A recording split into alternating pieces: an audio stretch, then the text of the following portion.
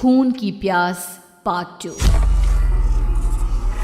और उसके बाद वो जंगल एक बार फिर से सुमन की चीखों से गूंज उठा।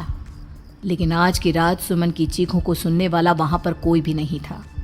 अगर वहां पर कोई मौजूद था तो बस हरिया, जो कि अब एक भेड़िए में बदल चुका था। सुमन के बालों को पकड़कर घसीटते हुए वो जंगल के बीचों बीच एक जगह पर ले जा रहा था। अगली सुबह गांव में।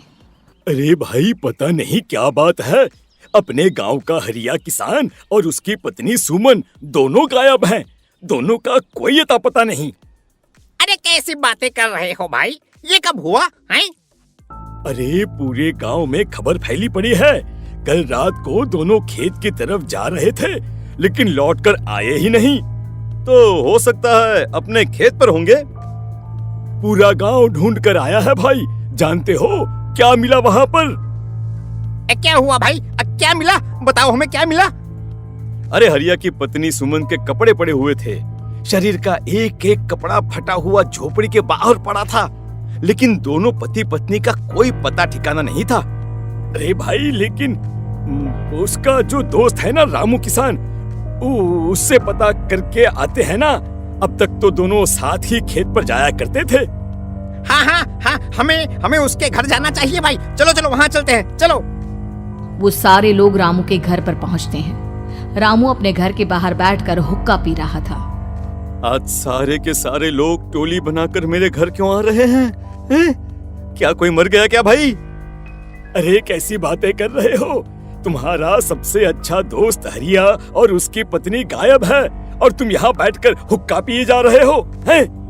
रामू ने अजीब सी नजरों से उन सब गांव वालों की तरफ देखा, जिसकी वजह से वो लोग एक बार के लिए डर गए। गायब है? अरे गायब नहीं है, मुक्ति मिल गई है। उन दोनों को मुक्ति मिली है। इस दुनिया में आकर हर इंसान पाप करता है और उसे उसके पापों के लिए मुक्ति मिलना बहुत जरूरी है। अरे ये कैसी बहकी बहकी बातें कर रहे हो भाई, हैं? और इसका चेहरा अजीब सा क्यों लग रहा है? लगता है दोस्त के मरने का गम बैठ गया है। पागल हो गया है शायद ये पागल। ये बात सुनते ही रामू चीख कर जोर से चिल्लाते हुए कहता है, पागल मैं नहीं हूँ, पागल तुम सब हो। और ये शैतानी जंगल अब तुम में से किसी को नहीं छोड़ने वाला, सबको खा जाएगा। याद रखना मेरी बात। शैतानी जंगल? कैसा शैतानी जंगल? लगता है रामू पागल हो चुका है। हमें यहाँ से चलना चाहिए भाई। चलो। तभी रामू की पत्नी बाहर आती है। नहीं, आप लोग इनकी बात का बुरा मत मानिए। 2 दिन पहले हरिया के साथ खेत पर गए थे। जब से वहाँ से आए हैं तब से ऐसी ही बातें कर रहे हैं। भगवान जाने ऐसा क्या देख लिया उन्होंने, खेत में कुछ भी बड़बड़ाते रहते हैं। लेकिन गांव के लोगों ने कमला की कोई बात नहीं सुनी और वो सब वहां से चले गए। रात अब धीरे धीरे ढलने लगी थी। तभी अचानक किसी ने धीमी सी आवाज में रामू को पुकारा।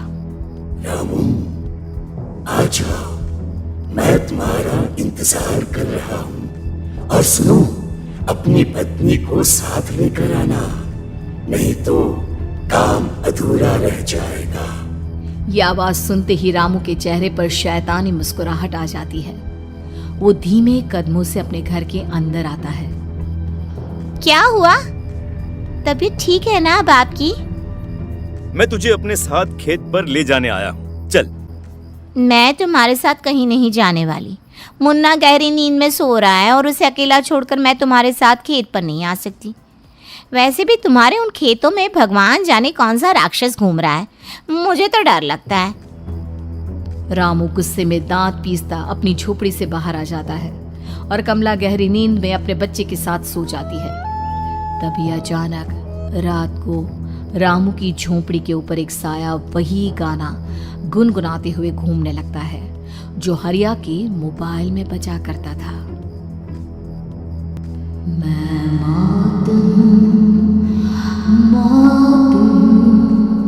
मौत जो पसरी है चारों ओर, जो आएगी कहीं से भी निगल जाएगी सबको। मैं मौत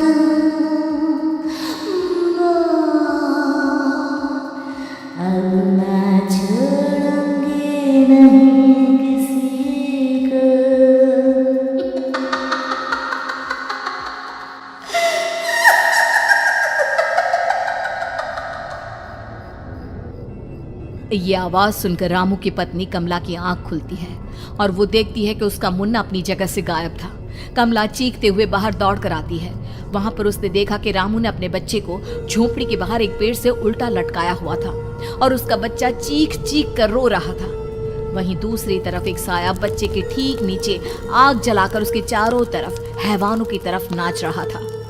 छोड़ दो मेरे बच्चे को। अरे क्या कर रहे हो तुम? शर्म नहीं आती तुम्हें अपने ही बच्चे को इस तरह मौत के हवाले करते हुए? अपना बच्चा? किसने कहा ये मेरा बच्चा है?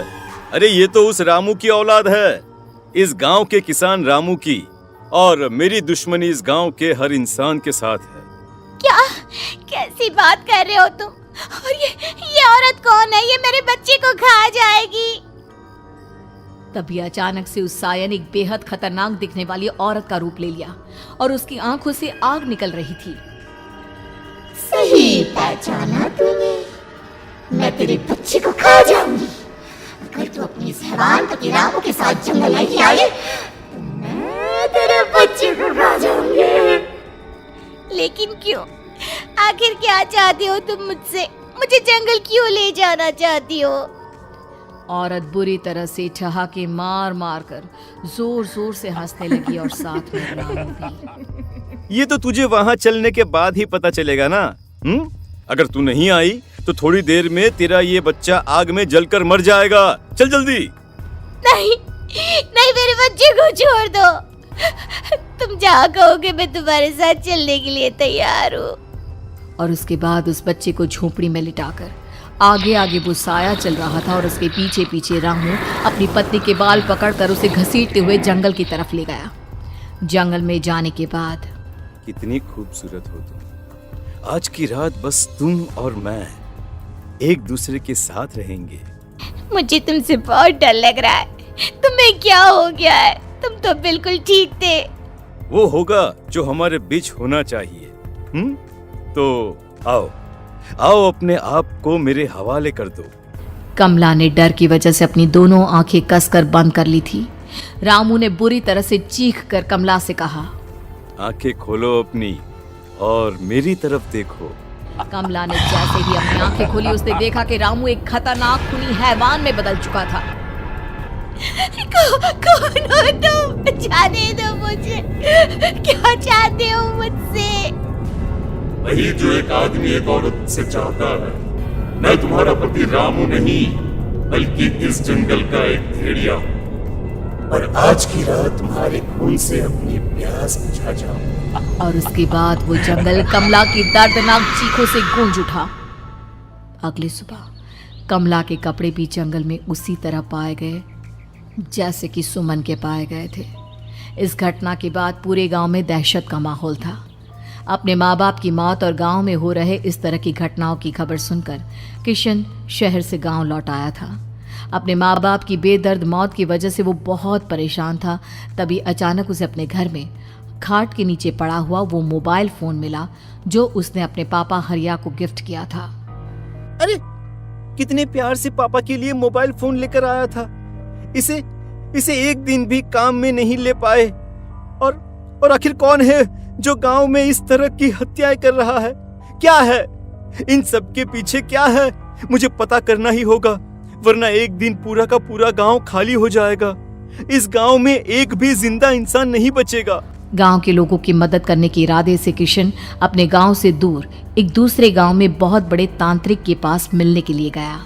तांत्रिक बाबा, अब आप ही कुछ उपाय बता सकते हैं। भगवान जाने हमारे गांव को किसकी नजर लग गई है। नजर नहीं लगी है, किसी ने तुम्हारे गांव को बद्दुआ दी है। किसी सताई हुई आत्मा का प्रकोप है और अब वो पूरे गांव में किसी को नहीं छोड़ेगी जब तक उसकी आत्मा को शांति नहीं मिल जाती। अरे लेकिन ऐसा कौन है बाबा? किसकी आत्मा है और कैसे मिलेगी उसे शांति? मौत है, मौत कहीं से भी आएगी और सबको निगल जाएगी। इससे बचने का सिर्फ एक ही उपाय है, लेकिन उस उपाय को करना आसान नहीं होगा। जो भी उस उपाय को करने की कोशिश करेगा उसकी जान जा सकती है। भले ही मेरी जान चली जाए, लेकिन मैं अपने गांव के लोगों की जान बचाने की पूरी कोशिश करूंगा बाबा। तो ठीक है, फिर अगली अमावस की रात जैसा मैं कहता हूँ वैसा ही करना। अमावस की रात तांत्रिक के बताए अनुसार किशन अपने साथ केरोसिन लेकर जंगल की तरफ चल पड़ा। उसके हाथ में देवी के मंदिर का सिंदूर भी था। किशन जंगल के बीचों बीच पहुंचा। ये देखकर उसकी आंखें फटी की फटी रह गई। वहां एक उबलते पानी का तालाब था और कई लोगों की लाश लटक रही थी। किशन के माँ बाप की लाश भी वहीं थी। माँ, बापू, क्या हो गया? ये क्या हो गया? तभी वहां पर एक औरत और आदमी आते हैं। उन्हें देखकर किशन चौंक जाता है। गोपाल काका, आपकी तो 5 साल पहले मौत हो गई थी। और निर्मला काकी, आप? मौत तो हो गई थी, लेकिन तुम ये नहीं जानते कि हमारी मौत कैसे हुई थी। क्या कहना चाहते हैं आप? कुछ नहीं, बस ये जान लो कि अब इस गांव में कोई जिंदा नहीं बचेगा। लेकिन क्यों काकी? क्योंकि 5 साल पहले इन गांव वालों ने मुझे डायन बताकर पत्थर मार मार के मार डाला। मेरी कोई गलती नहीं थी। गांव का एक बच्चा क्या लापता हुआ, सारा इल्जाम मेरी पत्नी पे डाल दिया। और जब मैंने निर्मला की जान बचाने की कोशिश की तो मुझे भी मार डाला। आपके साथ ये बहुत गलत हुआ काकी, लेकिन आप जो कर रहे हैं वो भी सही नहीं है ना? तुम यहाँ से चले जाओ वरना तुम भी नहीं बचोगे। हमारी आत्मा पिछले 5 साल से मुक्ति के लिए भटक रही है। चले जाओ यहाँ से। मौका देखकर किशन सिंदूर उन दोनों के ऊपर डाल देता है। उनका शरीर जलने लगता है और वो भयानक तरीके से चिल्लाने लगते हैं। अगले ही पल किशन उनके ऊपर केरोसिन डाल देता है और वो दोनों जल जाते हैं। किशन अपने माँ बाप और दूसरी लाशों का अंतिम संस्कार करवाता है और अपने घर लौट आता है। लेकिन वो अभी भी इस बात से अनजान है कि मोबाइल अभी भी बज रहा था। मैं मौत